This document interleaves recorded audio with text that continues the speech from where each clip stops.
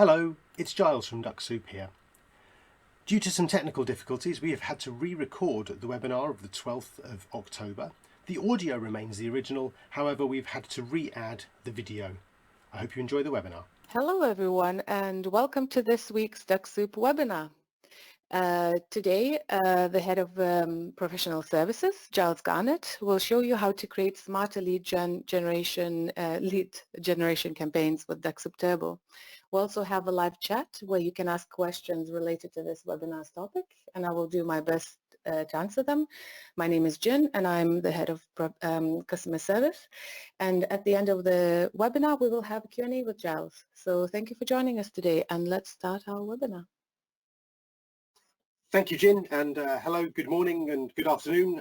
Good morning, good afternoon, or good evening even to anyone joining today's Dux Soup webinar, be that either live or recorded. Apologies, I've just realised my phone was not on silence. There we go, that's better. We're happy to welcome you all to the webinar today, and as usual, I believe we have a mixture of both long-term users and relatively new users.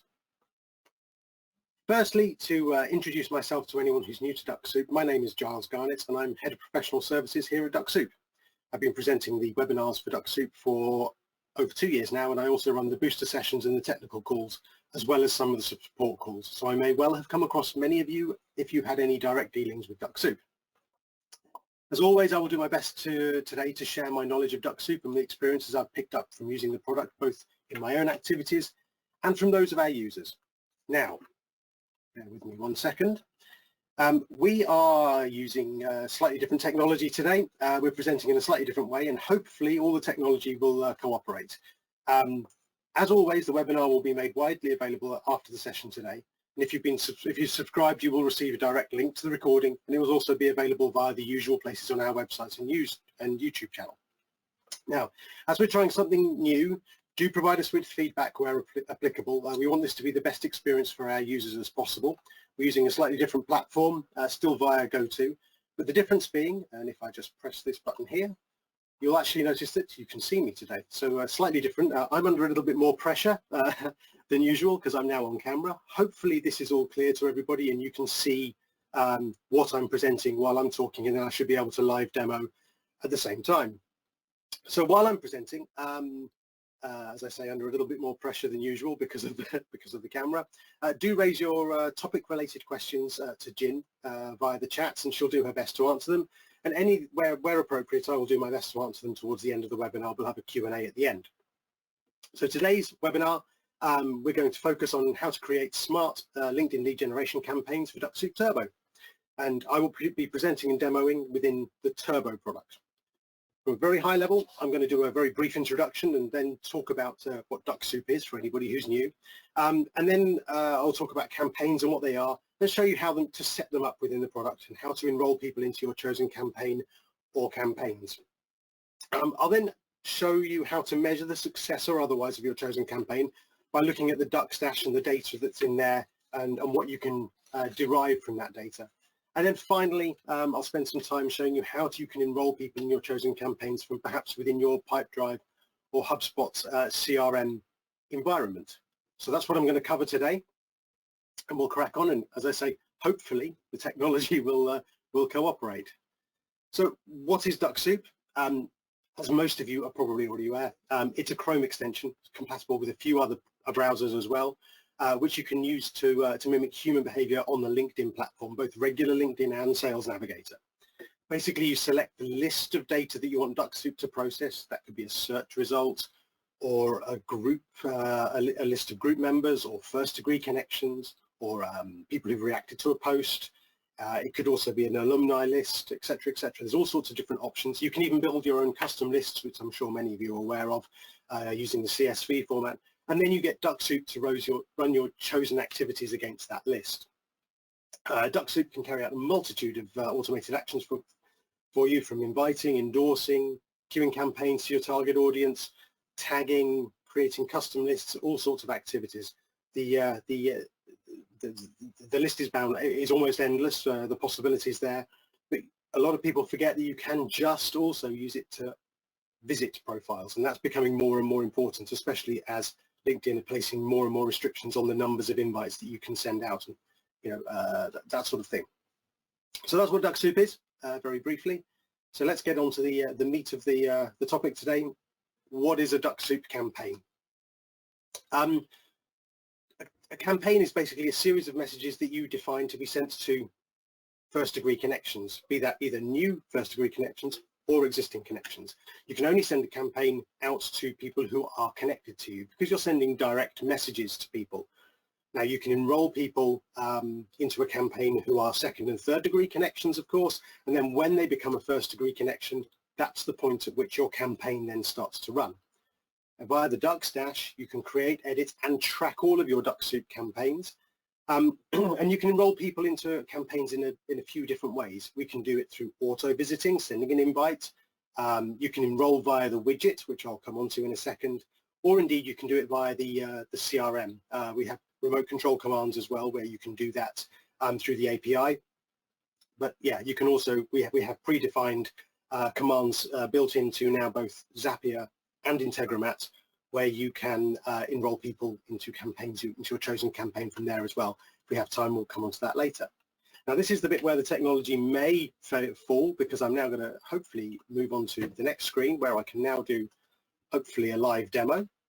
And I'm sure Jin will tell me if this is not particularly clear. Hopefully you can all see my screen, and I should be able to now. Let's just refresh the page and see what happens, and hopefully that's not too blurred for everybody. Hopefully it's readable and okay. For anybody who's new to these webinars, this is me here, this is me on LinkedIn. Let's open my profile. Feel free to send me a connection request. Put a message in there so I know where you've found me from through the Dux Soup webinars. I'm happy to connect with Dux Soup users and get a lot of interaction with all the users. So yeah, feel free to send a connection request. Very happy to engage with users. Anyway, back to what we were talking about. So first of all, we want to talk about campaigns, and I just need to move something out of the way. There we go. Let's go with that one. There we go. So what we need to do then is, in order to define our campaigns, we need to go to our Dux Soup options, and we do that by clicking on our Dux Soup icon and going to our options. And here we can see our chosen options that we want, the actions we want Dux Soup to carry out on our behalf. And this is the Turbo product, as we're focusing on that today. If I scroll down towards the bottom here, you see here we have the automated... Sorry, Giles, to interrupt. Would you be able to zoom in a little bit more? Of course I can. Yeah. Thank you. I need to do it on the right screen, though. Yeah, brilliant. Thank you. Is that okay? Yes. Cool. All right. So hopefully that's all clear for everybody, except my my ugly mug's now in the way of the corner, but there we go. Right, so back to where we were. So yeah, if we scroll down down here in our Dux Soup actions, if we go down towards the bottom here, you'll notice you have the option to send automated follow-up messages, and this is where you can define your desired drip campaign. And if you go to Manage Campaigns here, that will open up automatically the Dux-Dash, where the campaign management, etc., is where you can do all of that activity. As you can see here, I've got a number of campaigns that I've already defined, and you can actually define as many campaigns as you want. I was dealing with a user fairly recently who had built 48 campaigns, I think, and was planning on building some more. So yeah, there are endless possibilities here with regards to building campaigns. When you start out, you have a default campaign always, because that's the starting point that you have, and then you can build as many campaigns on top of that as you like. And as you can see here, they just appear five on a page at a time. Now, if I take, for example, this one here, this Growth Hacking English campaign that I built, here I've got a campaign that I've built. So I've got here a connection request defined, and then I've got a series of follow-up messages which will be queued up as and when the individual accepts my connection request against this campaign. So what I've done here is I've actually got a series of messages. First one being just a very simple, nice to be part of your network, just a polite acknowledgement that they've accepted my invite. And then I've got a series of other messages queued up to go out. And you'll notice here with the follow-ups, it's very important that you have a time in here. So if these are both zeros, then actually nothing will get queued up. Your campaign will fail. You need to have some defined times in your campaign. And the clock starts ticking for all of these follow-up messages at the moment that the Dux Soup picks up your new connection. So at the moment that, so if somebody connects with me against this campaign this afternoon, in 2 days and 1 hour's time, they will then get this message. And then a further 8 days after that, so 10 days from the moment that they first connected, they would get the second message, and so on and so forth. And because these people, when they're receiving your follow-up messages, are first-degree connections, this is the reason you can now write a much more extensive message. So when you write your connection request message here on the left, you are limited to only 300 characters. As you build a campaign, of course, because they migrate from being a second or third degree connection to being a first degree connection, you then get a maximum of 3,000 characters to be able to include in your message. And one of the things that you can do then, of course, you have the possibility to, for example, add URLs, Calendly booking links, those sorts of things. And you can start to really try to engage with your prospects through the campaigns. What you're trying to do, of course, is to get these people to respond to you so that you can then take your professional relationship to the next level by setting up a meeting. Now, I'll touch on it a bit more later, but we have a guest speaker in 2 weeks' time who's been using Dux Soup for this very activity and has been incredibly successful in setting up meetings. He's coming in to present for us in 2 weeks' time. This guy called Scott Wright. Sorry, Scott, nearly forgot your name. Yeah, he'll also be going into some of this as well, talking about how you can really make sure that your campaigns are efficient and well targeted. One of the things that you must bear in mind is as well, every geographical region and every industry has a different focus or a different, slightly different culture. So you need to tune yourself into the target market that you're trying to identify with, trying to connect with. People who are connecting maybe in Southeast Asia would have a very different approach to those in Australia, or maybe they would be different to people in North America, for example. So also be different in, for example, Northern Europe to maybe Southern Europe. All of these different areas, they have different cultural aspects. So there's slightly different acceptable ways of messaging. People handle their responses in different ways. So bear that in mind when you're building your campaigns. It's very important to consider that. Now, the one really nice thing is, of course, that as you're doing this, you can build multiple campaigns. So you can see here, I've got a number of different campaigns here that I've defined over the last few months. So what I could do is I could build a number of campaigns here and basically do A/B testing. Run a campaign against a couple of hundred people again with one set of messages, and then another campaign in parallel with another set of messages, and see which is most successful. And we'll come on to how we can measure that a little bit later when we talk about more about the data and the checking of that. So once we've set up our, as you can see here, number of different campaigns, what we then need to do is make sure we apply the correct campaign to the group of people that we're inviting. And there are different, or enrolling I should say, and there are different ways of doing this. If I just go up here a second and I go back to my Dux Soup options, so from this drop down box here, it's not working because I need to reload. Oh yes, of course. That's because I was doing some testing earlier. Let's go and just do a quick reload. Bear with me 1 second. Reload. It's the the trouble when you're doing things live. It was all working perfectly earlier, and bear with me 1 second.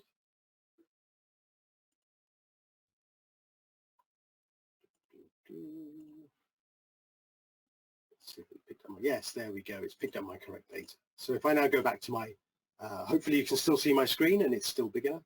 If I now go back to my profiles here, I can now select whichever campaign I would like to use to send out. What I would do then is I would say, right, I want to use this Growth Hacking English campaign, for example, and then I would need to make sure that I apply my invite from the campaign.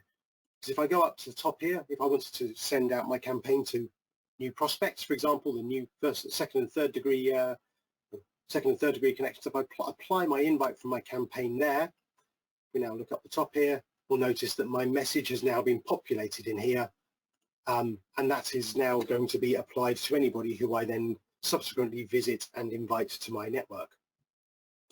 So if I now go into my LinkedIn, I'll show you the different ways to enroll people into a campaign.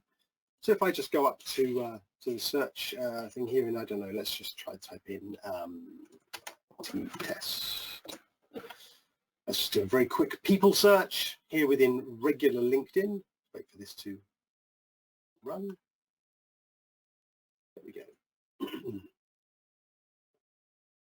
It's a little bit slow today. There we go. But we can see here, I've just done a very quick search here within LinkedIn. What we'll notice here on the right-hand side is I've got the widget hidden away at the moment. What I can do is I can now, over here on the right, I can expand this. And I can now manually enroll people into this particular campaign. Now I can also choose here to enroll them into a different campaign if I wanted to. And one of the recent releases, let's keep that out there. All I need to do is select which campaign I want to, and I just press the enroll button there. And then that would queue up an enrollment activity into that campaign. If they were a second or third degree connection, they would get that connection request message, and then it would wait until they accepted before queuing up the rest. Now, the great thing is that if these people were first degree connections, they would just then get the queued messages, the messages on delay. And that's where you can now have sort of multiple different campaigns. And indeed, you can now enroll people into multiple campaigns in parallel as well. So you can read more about that on our website. But basically, yeah, you are not restricted to having a single campaign against somebody now. You can now have multiple campaigns against single people, single profiles. Now this widget here on the right only works in two particular places. It works on a search result here within regular LinkedIn, or it also works within a regular search in Sales Navigator. I'll just wait for this to open up, and I suspect I may need to zoom in a fraction. There we go. Oh, maybe that's too big. There we go. And again, we'll just wait for the widget to load there on the right hand side. And again, you can see here now the enrollment widget here on the right hand side. All of my possible campaigns are listed there, and I could just select on one of them and then press the enroll button. Of course, the other way that you can enroll second and third degree contacts into a campaign is by just going and saying, yep, visit and connect. The reason that this isn't particularly good is because I've zoomed in so much. But if I went and did a visit and connect, of course, then these people would also be enrolled into that campaign, the campaign that I've selected in my Dux Soup actions. So it depends on what you want to do. But of course, more and more I'm seeing people use the widget here to enroll people manually, especially for second and third degree connections, because then you have control over how many invites you're sending out per day in line with the LinkedIn restrictions. And if you just enrolled all of these people, if I just very quickly just make sure that I've got the remote control turned off, because I don't want to actually send anything at the moment. There we are, it's turned off. So if I just now were to say, for example, okay, let's just enroll a couple of these people into this campaign here. You can see here that I've enrolled some people into my growth hacking English campaign. If I now go to my Dux-Dash and I look at my queued activity here on the left-hand side, we'll now see I've actually enrolled a few people here. There we are. We've got these various people. They've got the invitations there queued up, ready to go, that I've just queued up now at 18 minutes past 5 my time, so that they would then get my connection request, and then subsequently my my follow-up campaign. Let's remove those so I don't actually send anything by accident. There we go. So that's how you can enroll people from within LinkedIn. There's lots of possibilities there. One of the things that I will just touch on there when we come to, we'll go back to our Dux-Dash and we'll go back to our drip campaigns. One of the things you can do then is, of course, build a specific campaign, perhaps for your first degree connections. So here, for example, I've got a first degree campaign here where you can see you don't actually need to have a connection request in there because these people are already connections.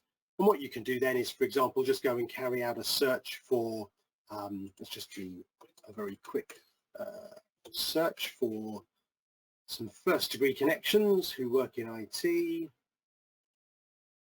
There we go. If I just do I only look at first degree connections here within Sales Navigator. There we go. I've got some people here. Again, I've got it turned off at the moment, but if I was then to enroll these people into this, into my first degree campaign here, so let's just enroll a couple.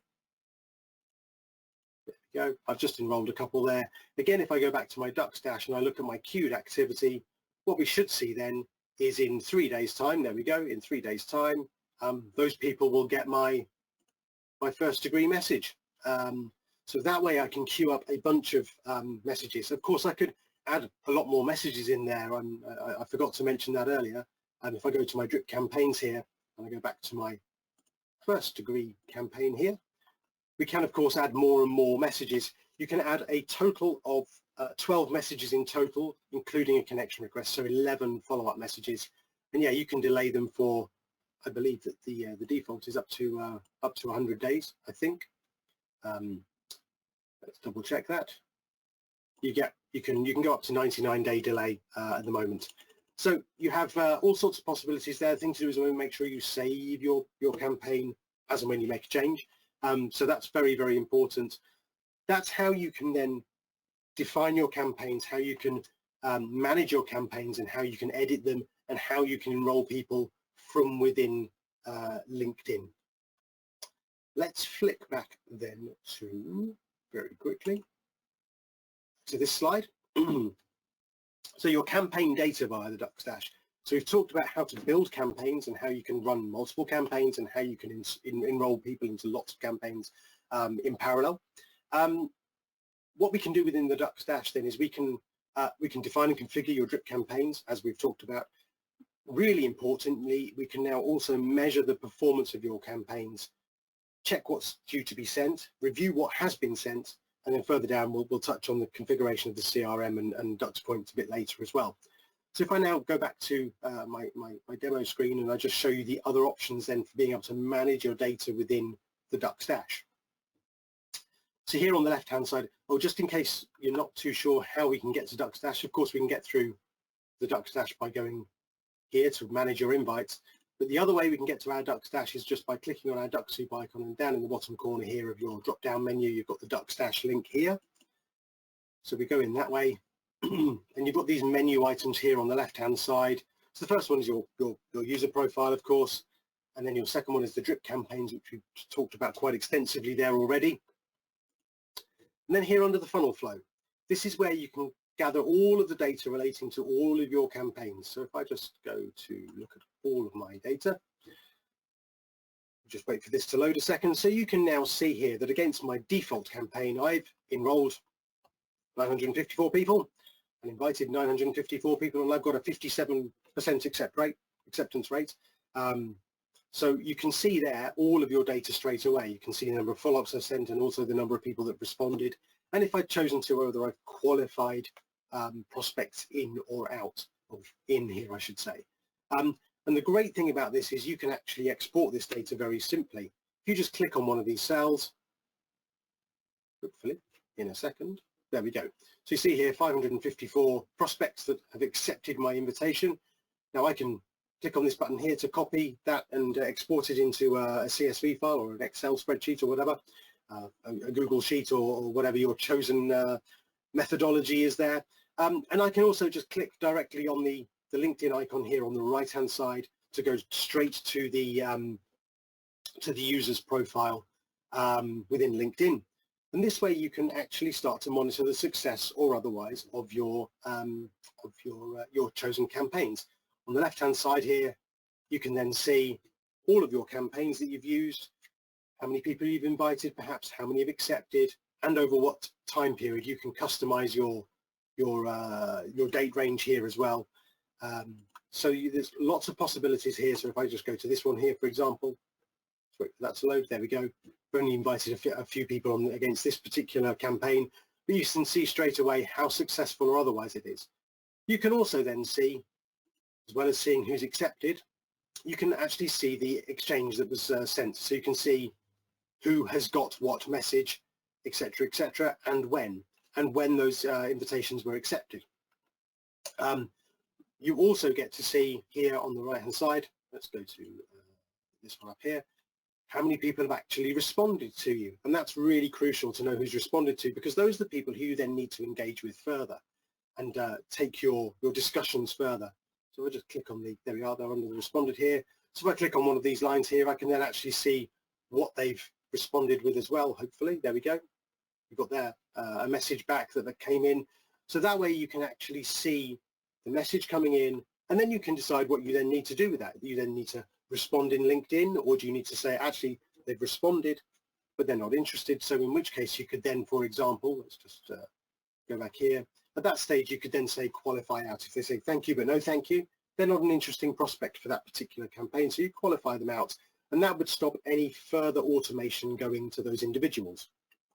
Qualifying in them, of course, that would take them into the qualified stage, and then you take them to the next step of your sales funnel, or whatever the process is that you're following. If they respond to you, by default, they will not receive any further follow-ups because they get a sort of a notification that Dux Soup identifies that they've responded to you, so they don't get any more of the follow-ups. As long as you have selected, let me just double check this a second for you all. Let's go to our Dux Soup options. As long as you have exclude blacklisted profiles selected here on your Dux Soup actions, automated action screen. The reason for that is because when somebody responds to you, that's when you need to take over as with some sort of personal communication. The robot can identify that they've responded, but it can't identify the quality of the response. If you want them to continue to, for example, to get the follow-up messages, just hit the reflow button there, and then they will still continue to get any follow-up messages that are queued for them. So that's a really important thing to remember as part of your process there. Okay, so that's the funnel flow here. So you can choose your campaign, you can select your date range, and then you can see all of the data there dynamically. It gets updated very frequently as all of the data gets refreshed I think it's every 5 minutes. So it's pretty much live data there that it's picking up directly through Dux Soup. Mentioned earlier, also you can look at your queued activity. So if you've got some follow-up messages queued up to go, you would see those listed here under queued activity and the timestamp that they will be run after. Of course, for anybody who's just wondering, yes, the Dux Soup robot needs to be active, the planner needs to be active, Chrome needs to be open, and you need to be logged on to LinkedIn for messages to be able to go, just in case anybody's wondering. You can also look here under your activity log to see what activity has happened in the past. So if you think, oh, did I send so-and-so a message, you can click here on the activity log, and you can then, for example, if I just put in, I don't know, oh, there you are. If I just put in some search criteria, I can then see what have been sent to what target URL there. So that way you can check on the history of your activity and double check to see who's got what messages, and also to see if they're successful or not. So you can see here exactly what you sent to whom and when. So that kind of gives you a flavor of how to do that. What I'll do now is we'll just go back to make sure we go to the right slide. Technology, that one there, I think. There we go. So now the other thing we can do is we can also initiate, or I should say enroll people into your campaigns from within your CRM. And I'll quickly demonstrate this as well, just identifying that we are nearly at half an hour. So again, from within your CRM, both HubSpot and Pipedrive, you can enroll your contacts into your chosen campaign. It's also possible to do this using remote control commands via the API, most straightforward way being via Zapier or Integromat. There are some Dux Soup actions, which I think I presented a couple of weeks ago as to how you can do that. So have a look at the webinar from 2 weeks ago and you can see exactly how you can trigger the appropriate remote control commands. We'll just go back to screen share. Use that one. There we go. There we go. Right, first time. So if I just now go to HubSpot here, you can see here within HubSpot, these are people that I've got within HubSpot that have been brought in from Dux Soup. So the LinkedIn credentials are within the HubSpot environment. So I've got the LinkedIn ID here. You can see that in this column here. There's also their URL, etc., etc. And that enables you to then be able to trigger those remote control commands from within HubSpot. So if I take, for example, this top person here, if I open this profile, wait for it to open. There we go. And if I go over to the right-hand side here, you'll notice here we've got the LinkedIn options here. Now you can actually send a message. You can update HubSpot to otherwise initiate an auto visit to this profile in order to gather their latest information, their contact details or whatever. But the thing we would like to talk about today, of course, is to enroll them into a campaign. And this is where we can then say, yeah, I can enroll them. And because of the interface between Dux Soup and your CRM here, you can see that my selection of campaigns then appears here. I can choose whichever campaign I'd like to enroll them into and press the OK button there, and that would queue up that activity to be carried out on my behalf as and when chosen. So that's within HubSpot. It's very straightforward. It's really easy to do. Yeah, just use that action button there and hit the enroll button. Within Pipedrive, there's a couple more possibilities. So this is again within Pipedrive. Do I need to zoom in perhaps? I'm not sure. Let's see. There we go. Hopefully that's okay for everybody. And what I can do is I could, for example, choose an individual contact here. And over in the top right-hand corner here, I can enroll into campaign here. And again, similar to the other one there, I have the option to select which campaign I would like to enroll them into. But I can also select here within Pipedrive multiple contacts. So if I just select a number of people here, so if I can just select a group of people here, and similarly I can then, oh no, I need to have them all selected. There we are, select them, click on the three dots here up at the top, and again here I could then enroll all of these people into my chosen campaign, and that would queue up all of those activities there. It's a really handy way to be able to do it, being on the categorization you have of your contacts both within HubSpot and Pipedrive. So that's really what I wanted to demo today, all the different ways of enrolling people, and also just mentioning the fact that even if you've enrolled somebody into one campaign, you can then enroll them into a subsequent campaign. So there are lots and lots of possibilities there. Okay. So what I'd just like to also talk about then is building a campaign can take a bit of time. You need to consider your strategy depending on your target audience. So there's a whole raft of theory out on the internet, discussing the benefits or otherwise of campaigns such as these. But if you want to get people to engage with you, you need to take time to find the best or correct approach, or the best approach for your cultural area and your industry. Give campaigns time to run. You don't click your fingers and it doesn't happen overnight. You need to let it have time to run, review the results, and then use multiple campaigns to help you compare approaches, see what works best for you in your situation depending on your target audience. It's not a case of, you can set it off and it just goes. A lot of people I've worked with over the last couple of years, they will build different strategies for different target groups. They will have templates they'll work to, and they will A/B test them and see which works better, and then continue to refine and hopefully improve their levels of success. Really, really important things there. Right, let's go to that one. Right, I already mentioned briefly just now, in 2 weeks' time, we have Scott Wright from Amped Marketing, somebody I've spoken to many times over the last year or so. How to go from 0 to 350 sales appointments in 3 months. Fascinating subject, fascinating guy, really, really engaging. I get a week off presenting, so that's quite nice for me. But no, Scott's a really, really engaging guy, very charismatic, full of energy. He's got a lot of experience. They've been incredibly successful in using LinkedIn in conjunction with Dux Soup, and a whole load of other sort of technologies that he's using to monitor and measure his levels of success. And then in 2 weeks' time after that, so in 4 weeks' time from now, I'll be presenting transferring your LinkedIn messages in principle to your CRM, but we can also talk about other platforms as well.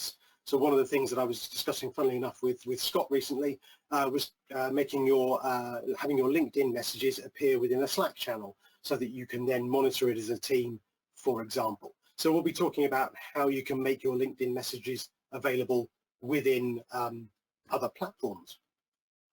Right. Need to mention this, and this is a really small slide. I think I need to make this bigger for next time. Booster and technical calls, you can always book them via the website, just drop our supports team a message. Their email address is at the bottom of the screen there, info@dux-soup.com. Booster calls, if you're getting started with Dux Soup, technical calls are slightly more technical, slightly more advanced. So yeah, feel free to book those. There's plenty of time slots available. And I think it's now probably time to move on to questions. Jin, do we have any, and how did the tech work? So the webinar looked quite nice. We had some issues at the beginning with the blurriness, but everything looked fine. Finally, nice to see your face. And yeah, we have a couple of questions. So one user is asking, do you know what would be the average good acceptance rate? Connection request. Oh, that's the $64 million question. Yeah. Every industry is different. I've worked with people who have been, now I think if we look back sort of like a couple of years ago, when people were able to send a lot more connection requests out, so you could send, you know, maybe 100, 150 connection requests a day, so you could be sending several hundred a week. People were, you know, quite happy to achieve a 15% connection acceptance rate. As you can now send fewer connection requests, sorry, the sun's blinding me here. It's, I shouldn't complain the sun's out, should I?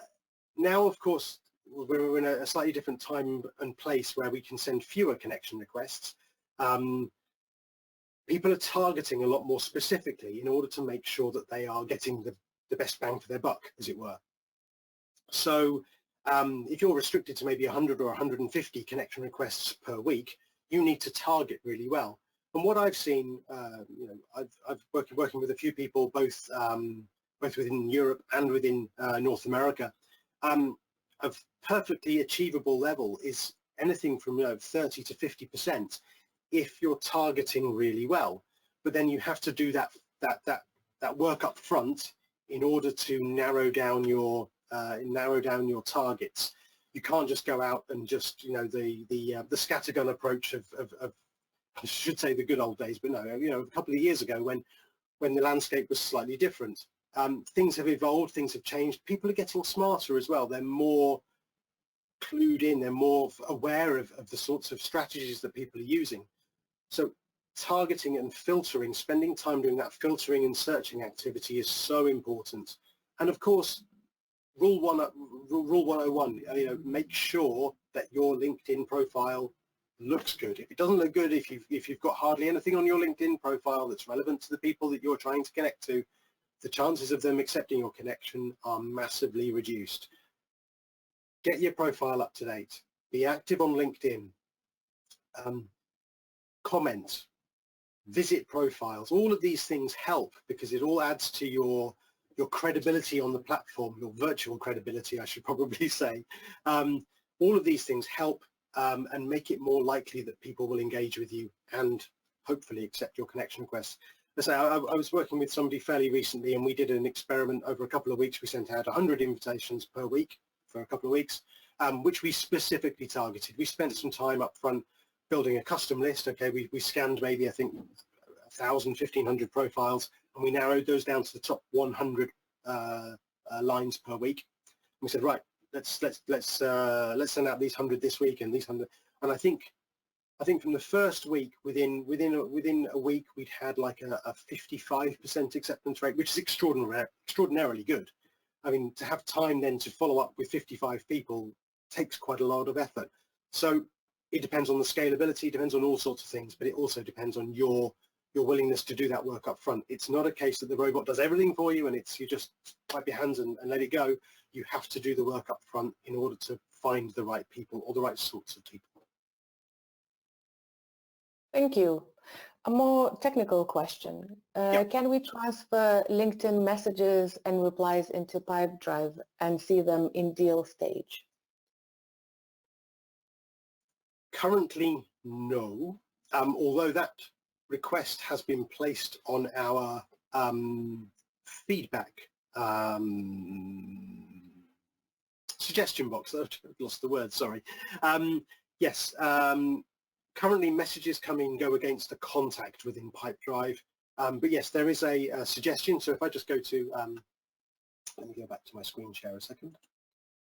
And if I just go to this page here, feedback, it's feedback.dux-soup.com, and I better zoom in because that's going to be way too small. There we go. That suggestion is on this page somewhere. I won't try and find it now, but do have a look at this page, upvote it if you see it. The more votes that these suggestions get, the more likely they are to be implemented sooner. But yes, I think that was a fairly recent addition, or there may already be another suggestion similar to that. So yeah, it's possible that we can look at that if there's enough requirement for that. But at the moment, messages sent and received go into against your activity against the contact within Pipedrive. Thank you. We have a lot of users are asking this question. Do you need a paid LinkedIn account to fully use Dux Soup potential? That's an interesting one. You don't have to have a paid LinkedIn account, no. There is a fair usage there's a fair usage policy that LinkedIn have, and of course, if you have a paid LinkedIn account, a Sales Navigator account, for example, that opens up a lot more possibilities for your activities. You can visit more profiles. You have in-mail credits. You have additional search criteria. You can have the possibility to build lead lists, etc., etc., etc. However, you can do an awful lot with regular LinkedIn, with just regular LinkedIn. And because of the change in the number of invites that you can send, it used to be a case that you could send a lot more invites if you had a paid subscription. That's not the case anymore. So it's a balancing act. Sales Navigator is not a cheap investment. I believe it's in the region of $70 US a month, I think, off the top of my head. So it's not an insignificant investment, especially if you're looking at the long term. But there are a lot of benefits to it. There's not the benefits of being able to send a whole heap more invites, but there are possibilities with regards, search criteria, the in-mails, little things like being able to search within groups that you're not a member of. Those sorts of things are very handy.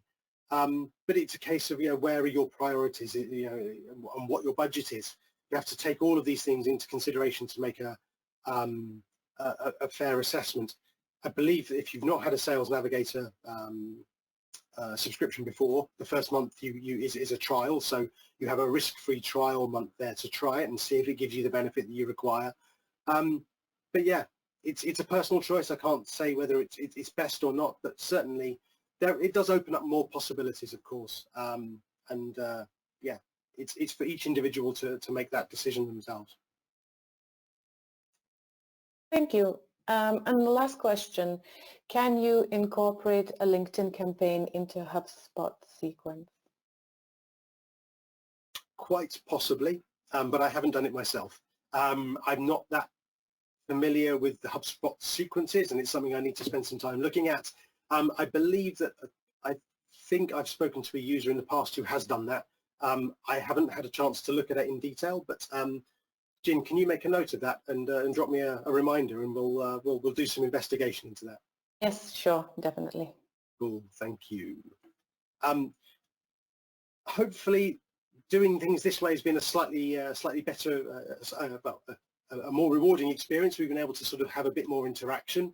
If we don't try these things, we don't know if they work. So if we can refine it better going forward and make this slightly more interactive, you get to see me, and you never know, we may see Jin one day. You never know. Let me just, there we go. I will leave Jin to sign off. I will not speak to you in 2 weeks' time. I'm not around, but I will be back in a month with the other topic, and I'll leave you in the capable hands of Jin to sign off. Thank you everyone for attending today. If you have any further questions, please go to our website. There's a live chat option, there's email option. You can always contact Dux Soup support and we will be very happy to advise you further. So thank you again for joining us today and see you on our next webinar.